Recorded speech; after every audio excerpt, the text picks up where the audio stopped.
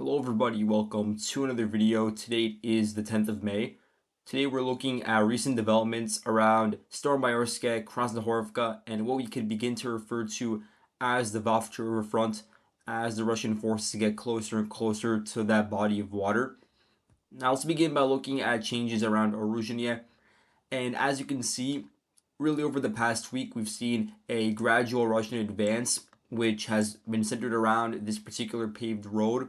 You've had various Russian columns entering the southern agricultural warehouses and dismounting troops, and then fighting against several Ukrainian counterattacks. And so the Russian effort over here is composed of 3 motorized rifle brigades. If you look at the troop composition, and so I'll just map them out over here, you do have in the area some motorized rifle regiments and tank regiments, but in terms of larger forces that are involved, 60th is one of the larger ones, 37th, and then the 34th, I believe, is further westwards around here, the 34th Brigade, and so those 3 units are really the ones that are spearheading a lot of these assaults on both sides of the Mokriali River.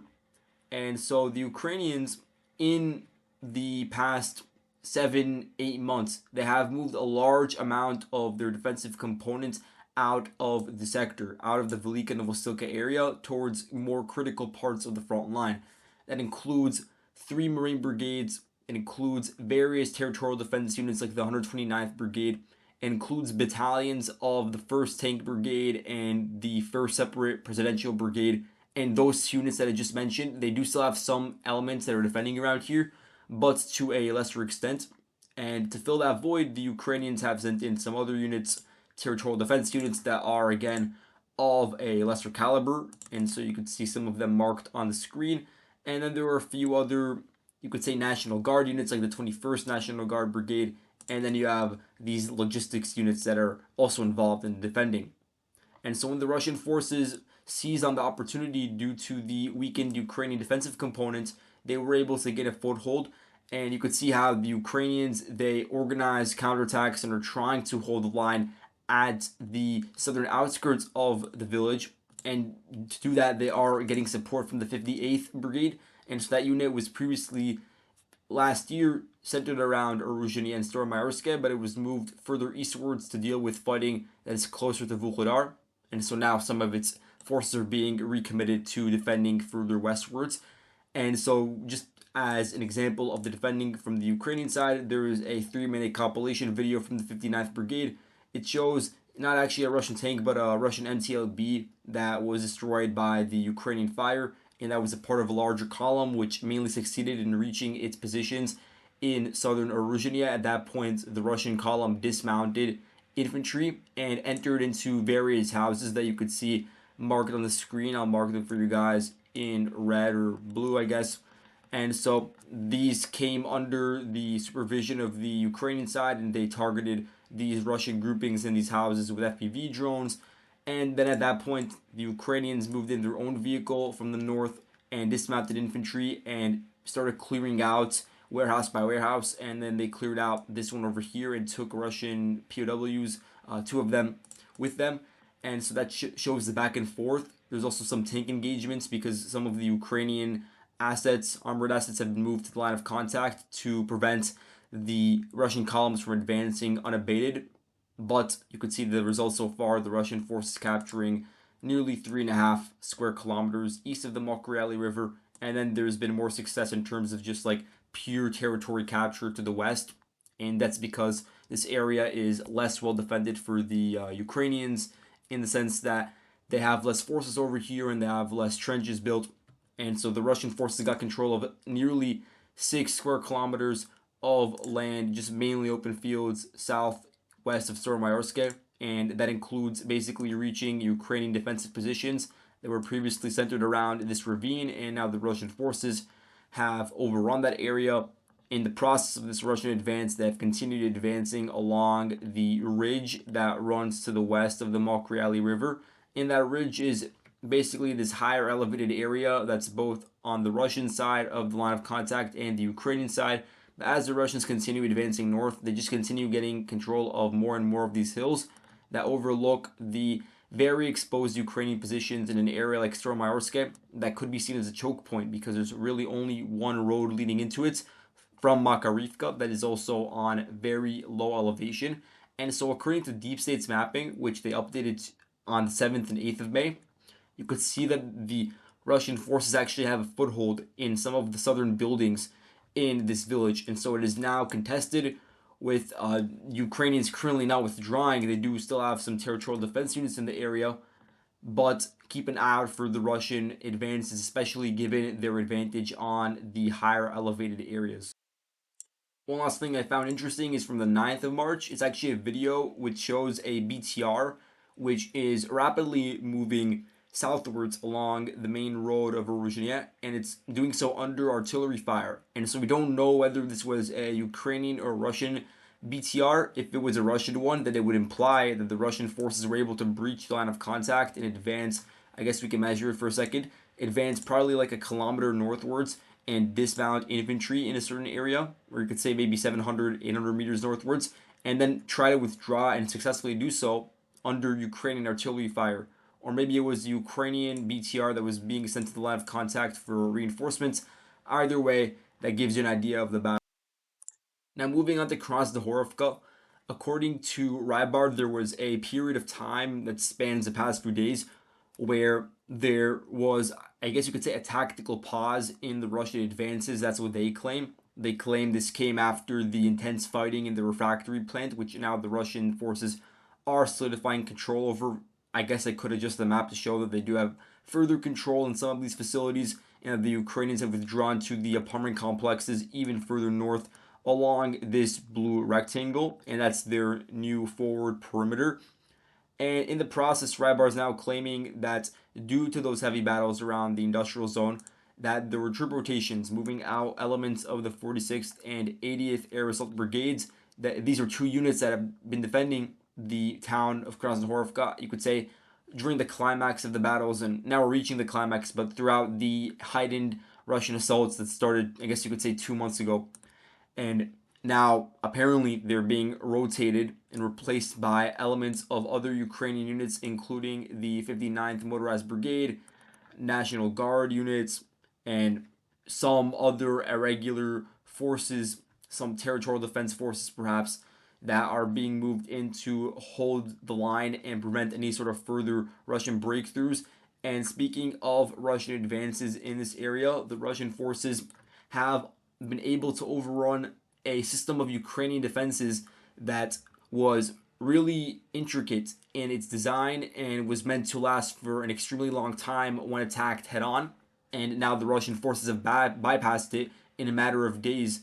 And we can explain the reasons for all this. So the line of contact, I guess you could say in my last video, looked something like this because there were still some Ukrainian infantry squads that were operating in these fields just to the southeast of Krasnohorivka.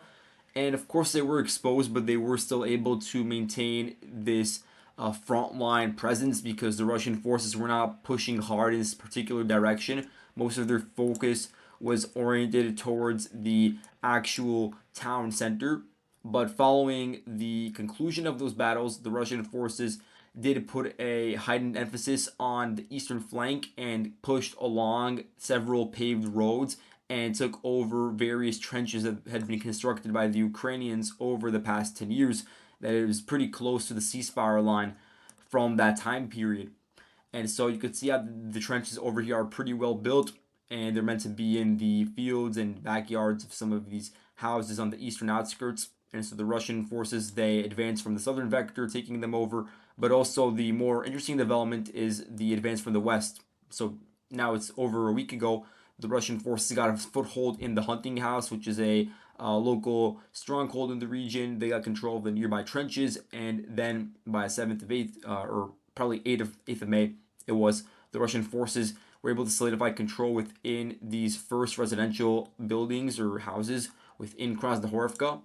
And this was verified by a Ukrainian video which shows the Ukrainian efforts at destroying the Russian accumulations by shelling their newly taken over positions. And this is now implying that the Ukrainian forces that are further south along this southeastern pocket, and also any sort of Ukrainian force in these trenches in the gray zone are likely in the process or already have withdrawn, if not, and they have likely been killed during those battles.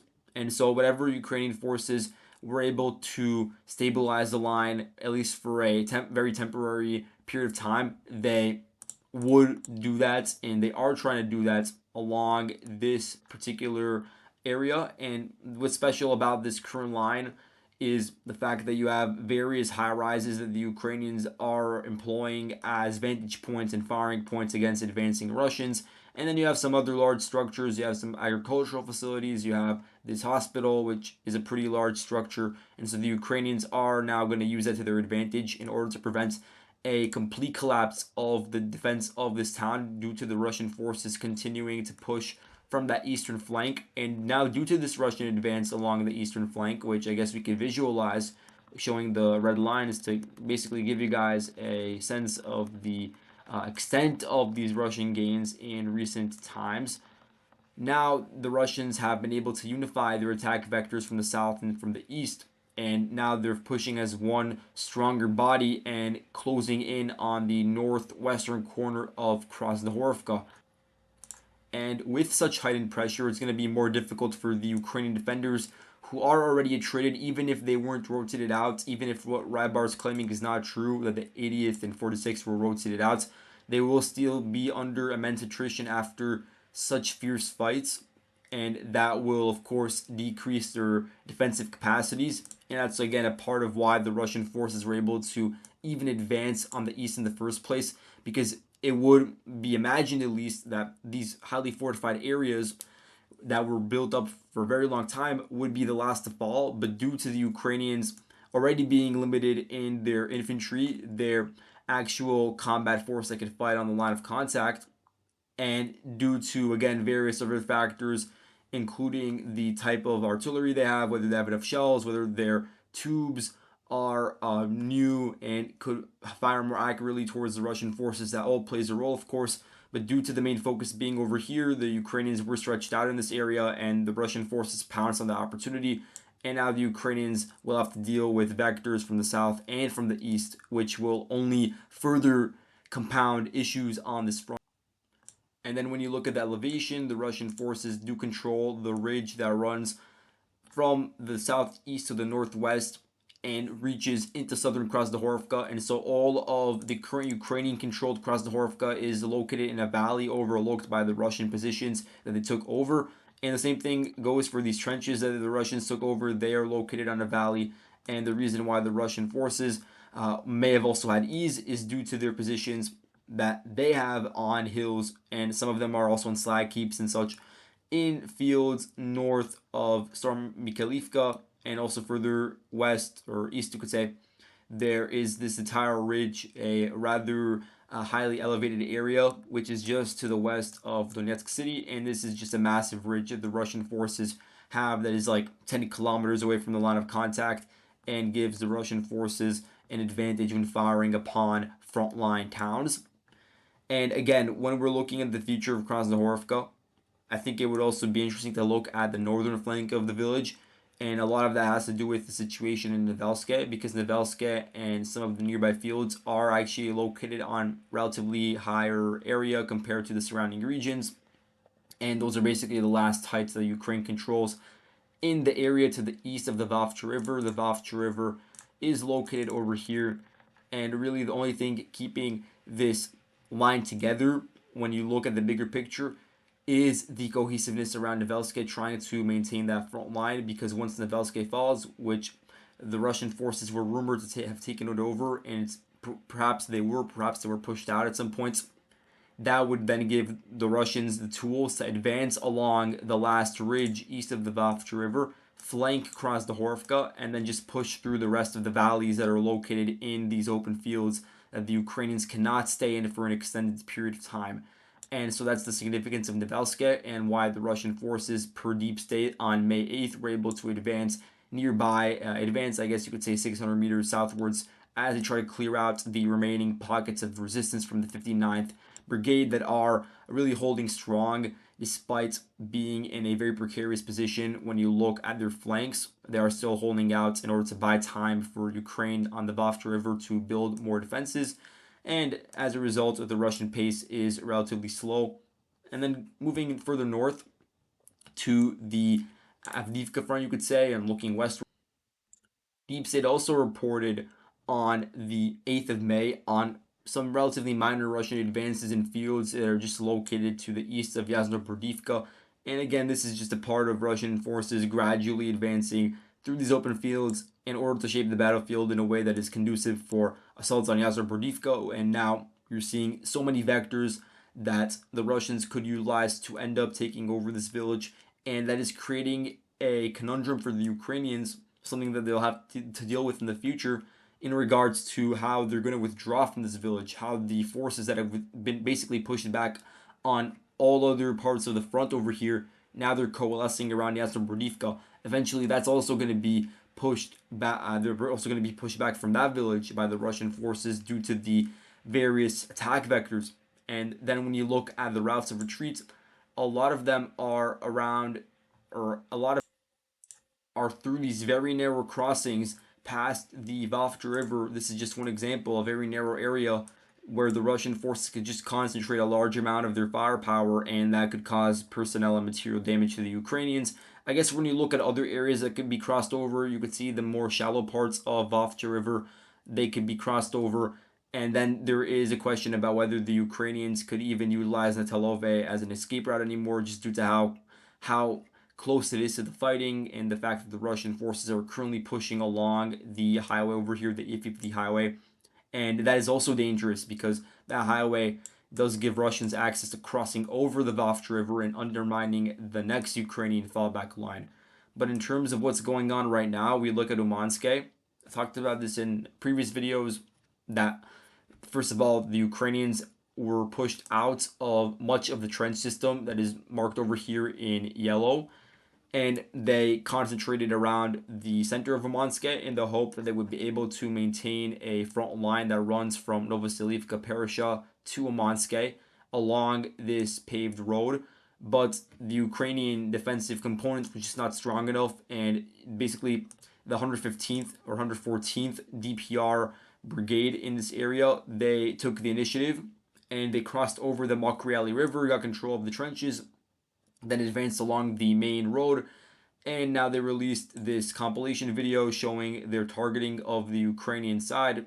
It includes showing shelling and drones dropping grenades onto Ukrainian soldiers in the ruins of Umanske, in trenches that are, I would presume, to be to the west of Umanske, and in various tree lines in the area. And then they show the consequences of the battle with overhead view, including the 114th Brigade raising the victory banner, and that's supposed to basically go in tandem with the Victory Day celebrations that occurred on May 9th. And so the 114th, they added their name onto the flag and raised it onto a World War II memorial that is our monument that is located in the center of the village. And so there is some symbolism behind that, but it also verifies, based on the geolocation, that the Russian forces are now in control of a majority of the village. And there is still a question as to whether Ukrainian troops remain in the western portions, although it would be very difficult to do so at this point. And now with the fall of Umanske becoming a very possible reality now, you do have the Russian forces also having this other route open for them to attack Krasnohorivka from the northeast. And you also have, of course, a direct assault, and you have the assault from the Talove along this paved road. And so it is becoming difficult for the defenders over there, with the walls really closing in on them. And you can see the same thing now for the Ukrainian infantry squads that are still located in this salient that is forming in these various fields. The Ukrainians, they're taking their time with this withdrawal, in the sense that there are still Ukrainian troops in various tree lines holding out. And I would say that's because they're trying to just buy a little bit extra time to just set up additional defenses on various fallback lines along floodplains, ravines, rivers, while the Russian forces are also just trying to gradually clear out the Ukrainian presence in those fields.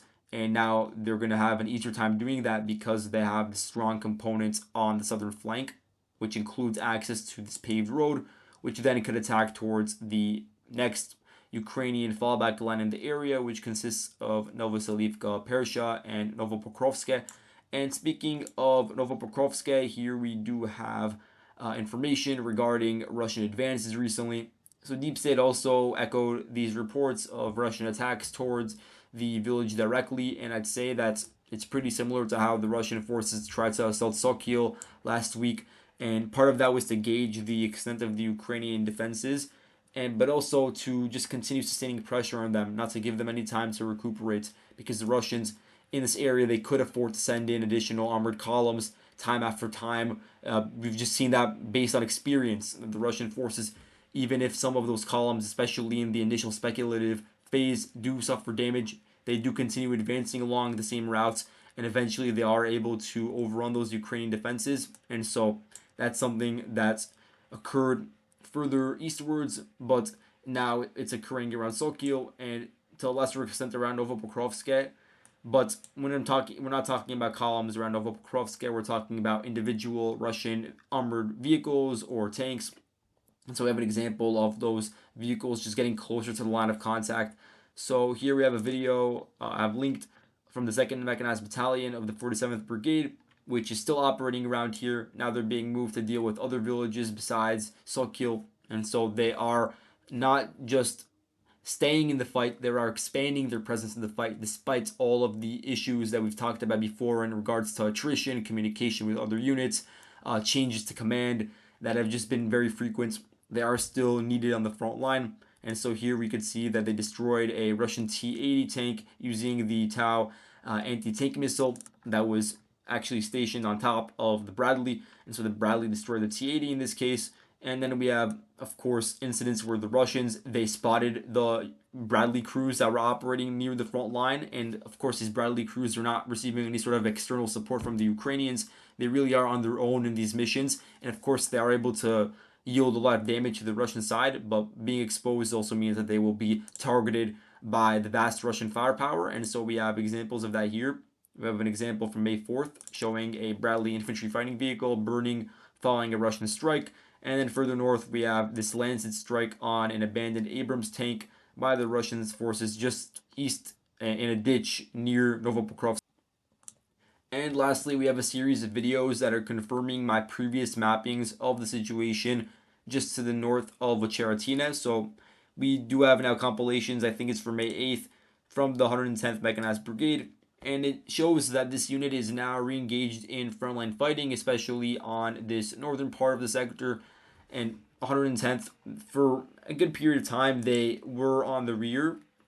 We did see snippets of them operating on the front line in some drone videos that may have been a specific drone crew unit, but their infantry were really not operating. And it appears now they've been recommitted in order to turn the tides, try to prevent further Russian advances, especially in this rail line axis area where they dropped grenades onto advancing Russian infantry. They dropped the grenades on top of them when they were stationed, especially on the rail line or in nearby windbreaks, in various trenches the Ukrainians had built that the Russians overran.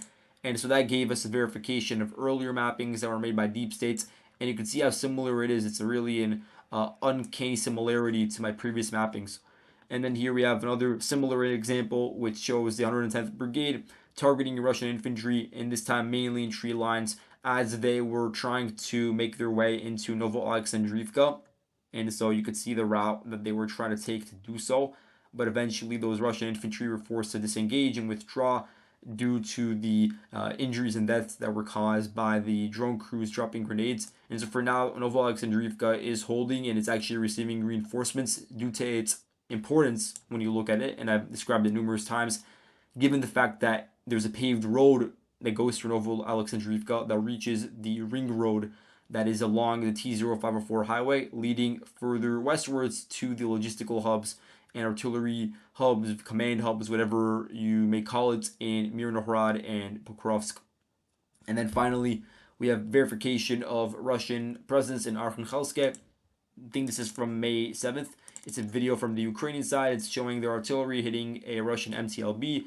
And then you have the various other vehicles that were not hit by the Ukrainians dismounting their forces in the village and setting up positions in residential areas, and so those are also hit by Ukrainian artillery.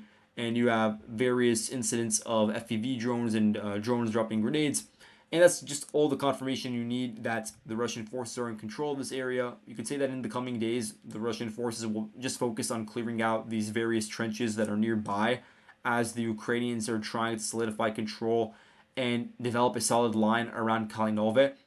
And so I will keep an eye out for that, a keen eye for what develops around there. And so thank you all for watching, and I'll see you guys in the next video.